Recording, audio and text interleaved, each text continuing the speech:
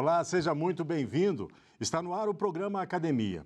Hoje vamos falar sobre a intermediação do trabalho humano por meio das novas modalidades de exploração do trabalho na era digital e a necessidade de proteção do trabalhador. A dissertação é da mestra em Direito, Vanessa Mendes de Araújo. A intermediação do trabalho humano por meio de tecnologias algorítmicas e a necessidade de proteção do trabalhador. Os desafios de adequação do corpus jurídico trabalhista às novas modalidades de exploração do trabalho na era digital. Dissertação apresentada ao programa de pós-graduação em Direito da Universidade Federal de Minas Gerais como requisito parcial para a obtenção do título de Mestre em Direito. A orientação foi do professor Dr. Antônio Álvares da Silva. É certo que a internet trouxe muitos benefícios, mas também incontáveis problemas. Uma nova forma de negócio surgiu intermediada pelas plataformas digitais que conectam, de um lado, usuários prestadores de serviço e, de outro, consumidores em tempo real, reduzindo os custos de transação e trabalhistas. O estudo mostra novas formas de ingerência de algumas empresas tecnológicas sobre o trabalho humano com o objetivo de minimizar as responsabilidades empresariais, causando prejuízo ao trabalhador e a necessidade de enquadramento jurídico adequado para essas relações de trabalho intermediadas por plataformas digitais. E participam hoje do programa Guilherme Pinheiro, doutor em Direito e Tecnologia, e Moisés Nepomuceno Carvalho, mestre em Direito das Relações Sociais e Trabalhistas. Quero agradecer a presença dos senhores aqui na academia e já me dirijo à doutora Vanessa para que ela faça uma exposição inicial desse trabalho para que o espectador em casa possa entender do que a gente vai falar aí pela próxima meia hora. Seja muito bem-vinda. Fique à vontade. Obrigada, Alexandre. Obrigada à produção do programa pelo convite. Sempre é muito gratificante ter a oportunidade de divulgar os resultados de uma pesquisa acadêmica, em especial quando realizada no âmbito de uma universidade pública, como foi o caso da minha. A minha pesquisa tem como tema a intermediação do trabalho humano por meio de dispositivos tecnológicos. A motivação dessa pesquisa surgiu em razão do crescimento geométrico desse tipo de trabalho e a ausência de estudos acadêmicos, na ocasião em que comecei essa pesquisa em 2017, sobre o tema. Hoje se constata que essa forma de trabalho não é mais uma tendência passageira, é uma opção de muitas empresas que têm substituído a sua conformação empresarial de relação de emprego por esses tipos de trabalho. Então, hoje se percebe que, em razão da evolução das tecnologias de informação e de comunicação, motivadas fundamentalmente pelo avanço da internet, houve uma mudança avassaladora em relação aos padrões sociais de consumo, assim como em relação à conformação empresarial. Então, se de um lado há uma troca dos perfis de consumo que eram antes vinculados à aquisição de bens, hoje se vê uma busca pela colaboração, pela partilha, pelo compartilhamento de bens e serviços. E, por outro lado, no âmbito empresarial, nós vemos uma desmobilização das grandes estruturas empresariais fundadas na relação de emprego, relações em que o modelo produtivo da empresa era composto de estruturas hierarquizadas, verticalizadas, grandes estruturas empresariais têm dado espaço para esse tipo de contratação, em que não há relações firmes em relação aos prestadores de serviços, que são considerados contratados independentes, assim como sem maiores vinculações. Então, essa possibilidade surgiu em razão do advento da tecnologia. Vou pedir ao doutor Moisés que faça a primeira, o senhor que já esteve aqui como expositor e hoje está aí debatendo o trabalho da colega. Seja muito bem-vindo e eu já te pergunto. A gente tem esse assunto que é tão instigante, é tão interessante falar disso, porque a gente fica tentando desvendar, como a doutora falou, né? Se é bom, se é ruim, se é meio termo, se tem, né, perdas e ganhos e tal. Seja muito bem-vindo. Muito obrigado pelo convite, é um prazer sempre estar aqui, né, debatendo o direito, ainda mais com um tema tão pujante quanto o trazido hoje pela expositora, Vanessa. Parabéns pelo conjunto da obra, uma bibliografia densa, uma bibliografia rica e muito bem articulada, né, no decorrer da dissertação. A primeira pergunta que eu faço é voltada justamente na questão de uma atualização constante do direito do trabalho, que às vezes não consegue acompanhar a dinâmica, né, dessas transformações que hoje ocorrem em função dessa interação em plataformas digitais. E de que forma, então, os operadores do direito, e mais especificamente, né, o corpo jurídico trabalhista, devem repensar ou pensar, né, os elementos fáticos jurídicos da relação de emprego, tendo em vista o aniquilamento da concretude da relação de emprego clássica pela submissão do trabalhador a uma relação algorítmica, né? Como é que se daria essa releitura, se é possível também? É necessário que o operador do direito esteja sempre atualizado às novas formas de prestação de serviço e busque, dentro da legislação, encampar a maior proteção possível ao trabalhador. No âmbito da dogmática brasileira, do direito do trabalho brasileiro, há dispositivos legais que já permitem o enquadramento desse tipo de trabalho por meio de plataformas como relação jurídica empregatícia. A legislação, a CLT, ela previu que é possível caracterizar a relação de emprego quando há fiscalização telemática do trabalho, assim como, em razão da reforma que introduziu o trabalho intermitente no Brasil, é possível caracterizar que esses trabalhos são uma modalidade de trabalho intermitente. À medida em que, quando você faz um chamamento a um trabalhador, e ele pode recusar ou não, isso não tira a subordinação que ele tem de que, quando ele trabalha, ele tem que se submeter às regras do aplicativo, às regras de trabalho que são definidas por meio de algoritmos. Então, o algoritmo, ele substitui hoje aquele gerenciamento pessoal que existia.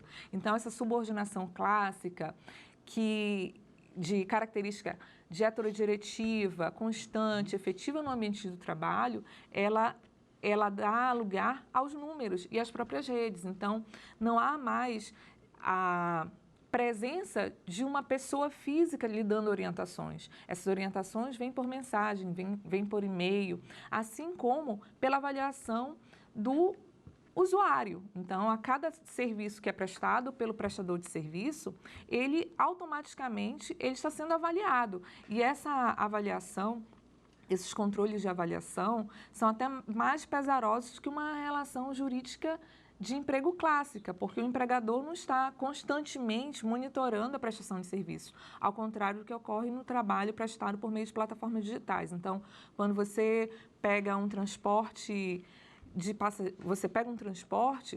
o passageiro está, ao longo de toda a viagem, avaliando aquele trabalhador, aquele motorista, e, ao final, ele é obrigado a dar uma nota. E são esses os controles que as plataformas se valem para monitorar a qualidade do serviço. Perfeito.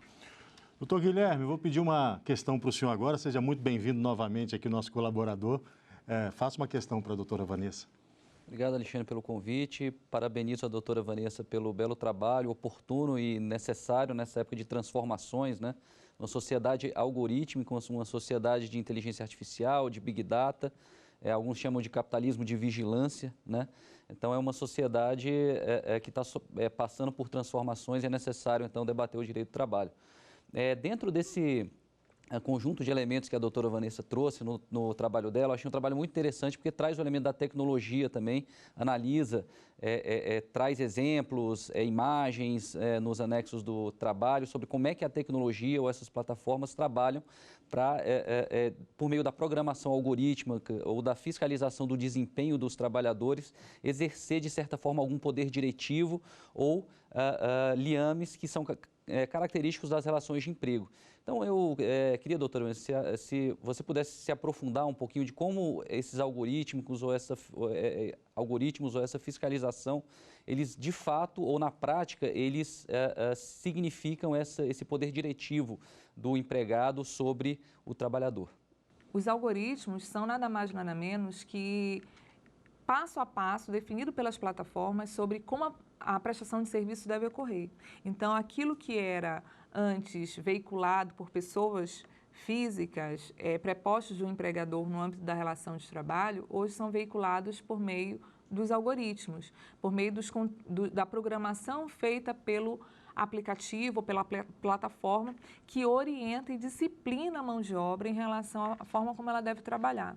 Então, o controle do preço, ele é muito presente nesse tipo de prestação de serviços, porque a plataforma, ela, com isso, ao aumentar ou diminuir o preço na tarifa dinâmica, ou então fazendo promoções, ou definindo áreas em que há tarifa dinâmica ao trabalhador, ela impele que aquele trabalhador se ative ao trabalho. Então, quando o trabalhador vê que há uma tarifa dinâmica, o que é a tarifa dinâmica? A tarifa dinâmica é quando há um aumento do preço normal. Então, o prestador de serviço, ele recebe mensagens dizendo, estamos em tarifa dinâmica em determinadas áreas. Então, muitas vezes o prestador de serviço que está em casa, está no seu momento de lazer, impelido por um ganho maior, ele vai ao trabalho, ele vai para determinadas rotas com essa expectativa de ganho. Então, o aplicativo consegue mobilizar, em razão desse controle, a prática da prestação de serviços.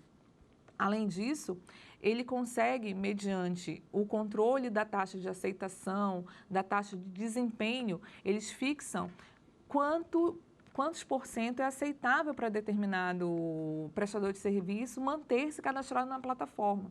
Então, esses controles disciplinam efetivamente o trabalho, porque o prestador de serviço sabe que, caso ele não consiga manter aquela taxa de desempenho de X%, em geral 75%, ele pode ser advertido, ele pode ser suspenso, assim como ele pode ser descadastrado da plataforma. A taxa de aceitação é um instrumento utilizado pelas plataformas, em especial de transporte, que também tem implicação na taxa de desempenho. Então, a quantidade de cancelamentos feita pelos prestadores de serviço impacta na nota de desempenho. Então, o que isso implica? Que o trabalhador não pode cancelar a quantidade de corridas que ele gostaria ou recusar trabalhos. Do contrário, a taxa dele de desempenho cai e, com isso, ele pode ser descadastrado da plataforma.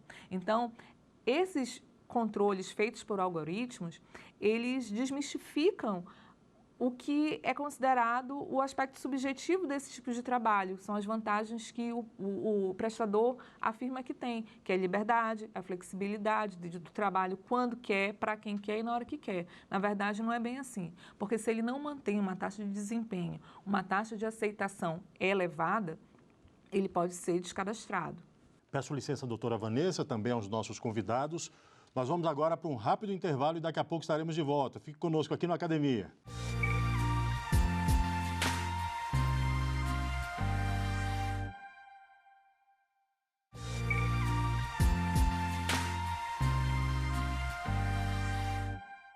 E o programa Academia está de volta, hoje com o tema Intermediação do Trabalho Humano por meio das novas modalidades de exploração do trabalho na era digital e a necessidade de proteção do trabalhador.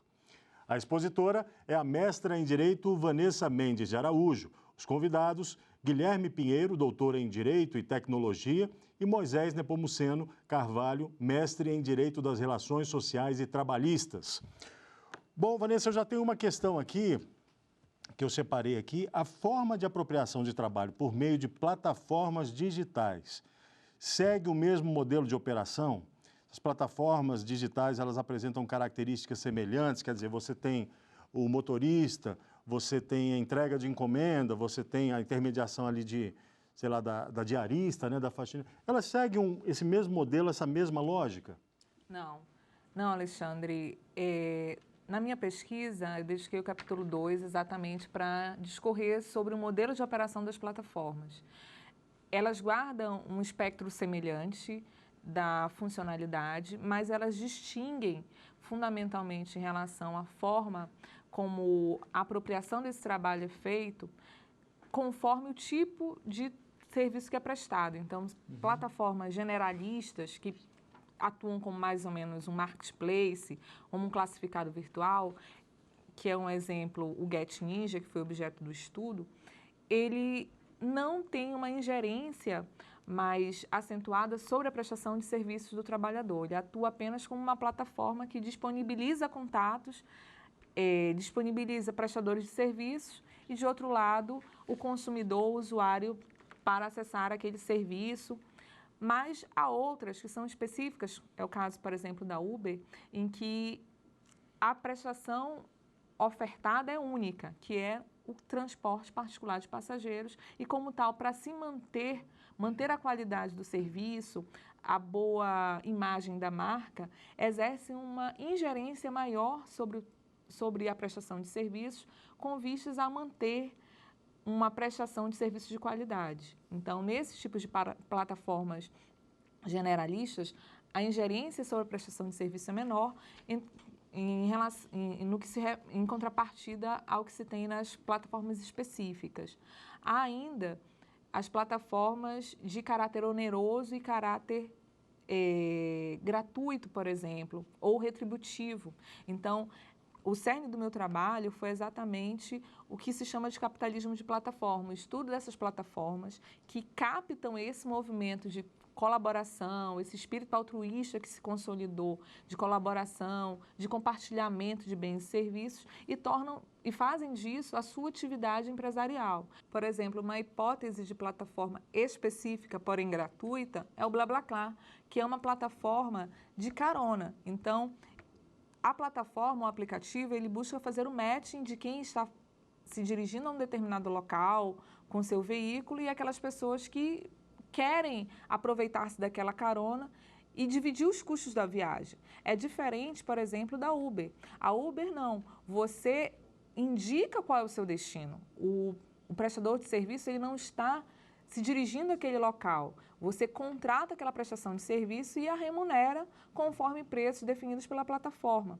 Então, há diferença entre o BlaBlaCar, porque é uma plataforma eminentemente colaborativa. Então, eu estou indo para Minas Gerais e verifico lá, indico a data, o horário e vejo quem tem interesse de seguir essa viagem ou total ou parcialmente comigo e dividir os custos. Então, é uma vantagem para o dono do veículo, porque tem a possibilidade de dividir os custos de uma viagem que ele já faria e faria sozinho, assim como é uma vantagem ao carona, porque ele tem a possibilidade de ir de uma forma mais rápida e até mesmo às vezes mais barata, dentro de um horário que ele pode se ajustar, em detrimento do transporte público. Já a Uber não.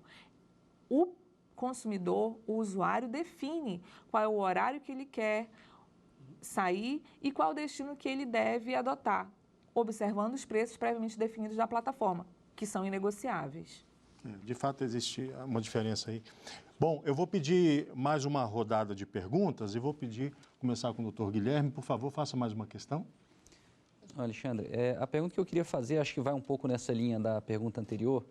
A doutora Vanessa, no seu trabalho, ela pegou o exemplo de três aplicativos e se aprofundou no estudo sobre eles, né? O Get Ninjas, como foi mencionado, o Uber e a Amazon Turk, né? Desses três aplicativos, doutora Vanessa, pela análise que você fez no seu trabalho, qual deles, você já falou que não haveria uma solução única para todos eles, que eles são muito diferentes, cada um tem uma característica específica. Mas em relação a esses três nos quais você aprofundou a análise, qual deles você diria que se aproxima mais de um modelo tradicional empregador-empregado e não de uma mera relação plataforma-colaborador e por quê? Eu diria, doutor Guilherme, que o que mais se semelha é o da plataforma específica lucrativa, que é o caso da Uber. Por quê?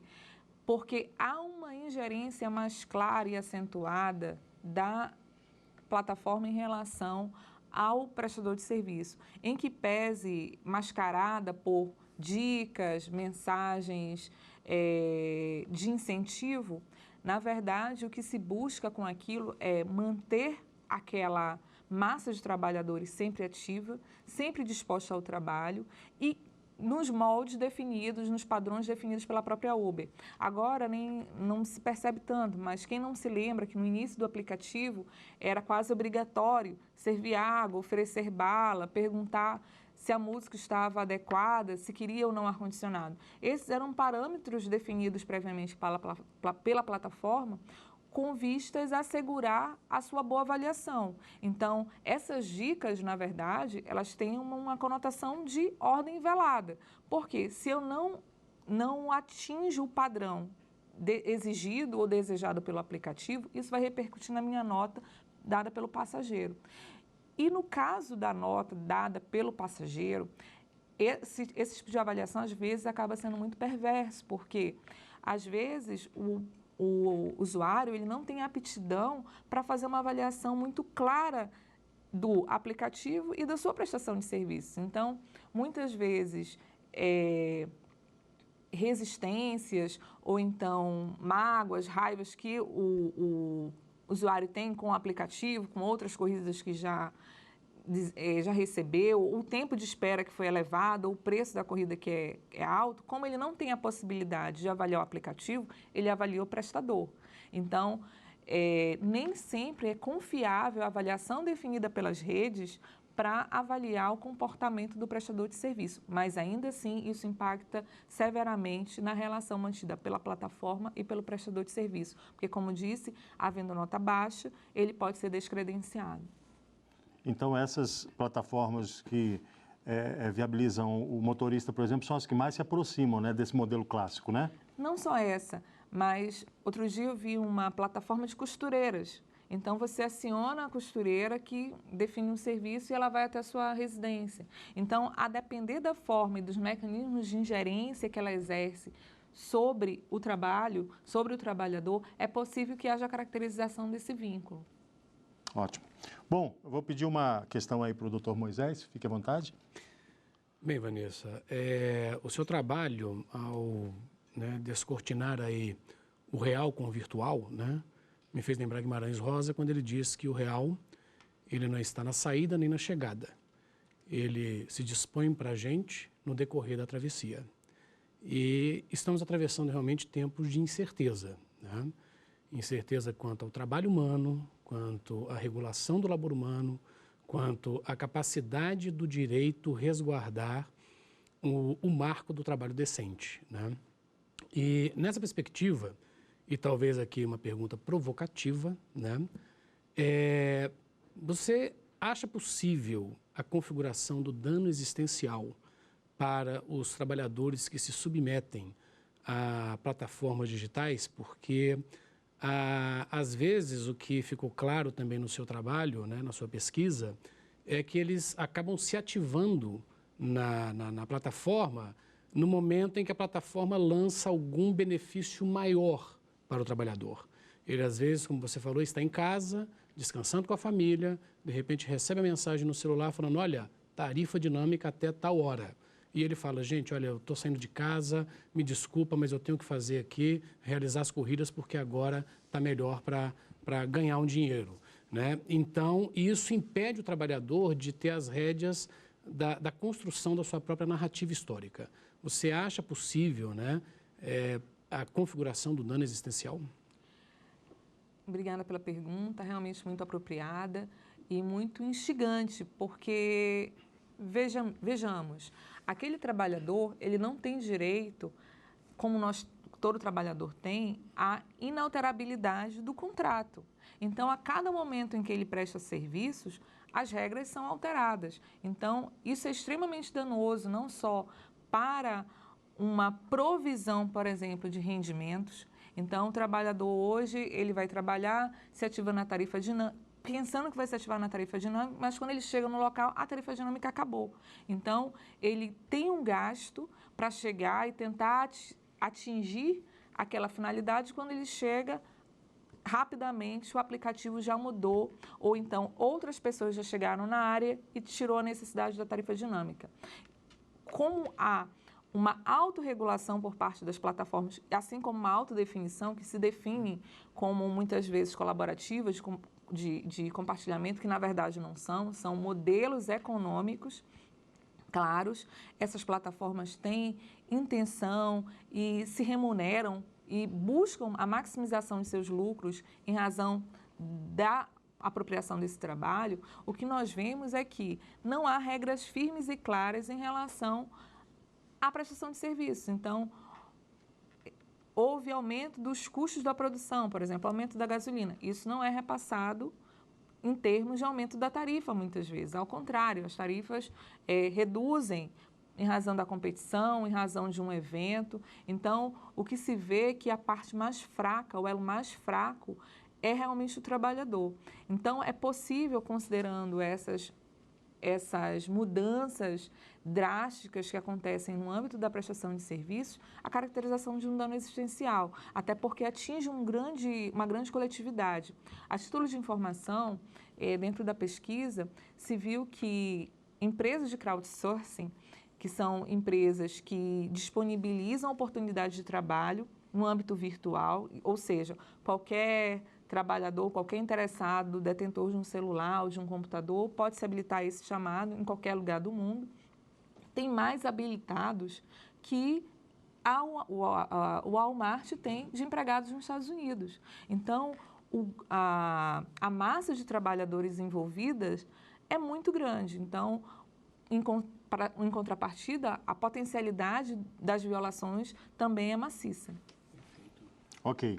Doutora Vanessa, muito obrigado, viu? Parabéns pelo seu trabalho, obrigado por vir aqui compartilhar com a gente. Eu agradeço também ao doutor Moisés, doutor Guilherme, por virem aqui debater. Bom, a Academia fica por aqui, você pode assistir a íntegra deste e de programas anteriores disponíveis na internet. Acesse o nosso canal no YouTube, TV Justiça Oficial. E o nosso e-mail é academia@stf.jus.br. Saúde e paz para você e até o próximo. Tchau.